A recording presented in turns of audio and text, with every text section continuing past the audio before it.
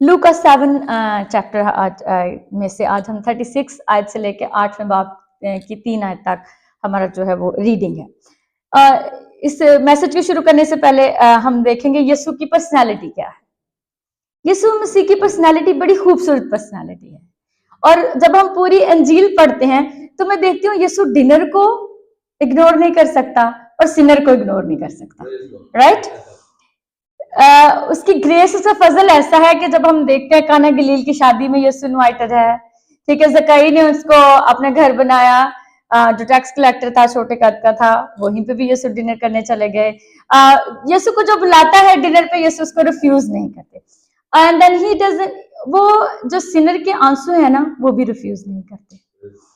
जब हम इस पूरे लूका 7 बाब को पढ़ते हैं शुरू से लेके, तो हम देखते हैं यीशु की जो पर्सनालिटी है, उसकी जो शख्सियत है, वो मोहब्बत, फजल और उनका रहम से भरा हुआ खूबसूरत दिल है।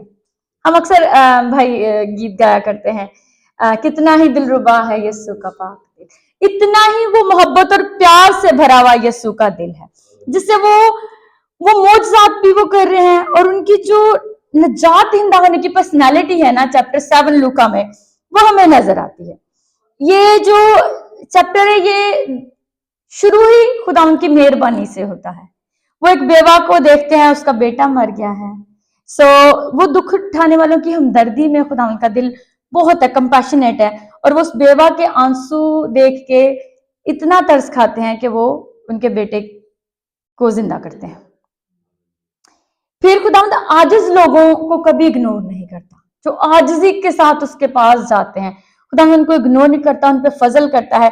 जब हम ये रूमी सूबेदार के बारे में पढ़ते हैं सेम चैप्टर में, वो कहता है कि वो जो बेटा है, जो उसका नौकर है, वो हील हो जाए, तो खुदावंद उसको, और हालांकि वो यहूदी नहीं है, लेकिन उसका ईमान इतना ज्यादा है, खुदावंद उसको इग्नोर नहीं करते, इतने आजिजाना तौर पे उसके पास आता है, तो खुदावंद कहते ठीक है, वो हील हो गया है। इतना मेहरबान और उसका फजल है। और आज का जो टाइटल है वो अनकंडीशनल ग्रेस। फिर खुद हम शक करने वालों से ज्यादा गुस्सा नहीं करते हैं, वो कहते हैं ओके तुम्हारी मर्जी है। जैसे यूहन्ना के शागिर्द सेम इसी चैप्टर में आते हैं और वो कहते हैं कि अगर तू ही भेजा गया है, वो पूछता है कि तू ही है, तो उनको भी बड़े प्यार से जो है, बड़ी नरमी से, सब्र के साथ अपनी एक तसल्ली भरी, शफकत भरे उनकी जो वर्ड्स है, उनके साथ उनको जवाब देते हैं। और फिर इस गुनाहगार औरत को खुदावंद यीशु रद्द नहीं करते, उसके गुनाहों को माफ करते हैं, और इतना खूबसूरती से वो शमाउन को भी जवाब देते हैं, साइमन को जवाब देते हैं, क्योंकि खुदावंद यीशु हमें हमारे माजी से जज नहीं करता। मोस्ट ऑफ द टाइम हम लोगों को माजी देख के उनका, या उनकी काबिलियत देख के उनको जज करते हैं। इसी में ही हमें ये खूबसूरत मिसाल मिलेगी किस तरह हम जो लोगों को देख के, उनकी प्रेजेंस को देख के हम उनको जज करते हैं, लेकिन यीशु इस तरीके से हमें जज नहीं करता। उसकी जो अनकंडीशनल ग्रेस है, जो उसका फजल है, वो बड़ा ही खूबसूरत है।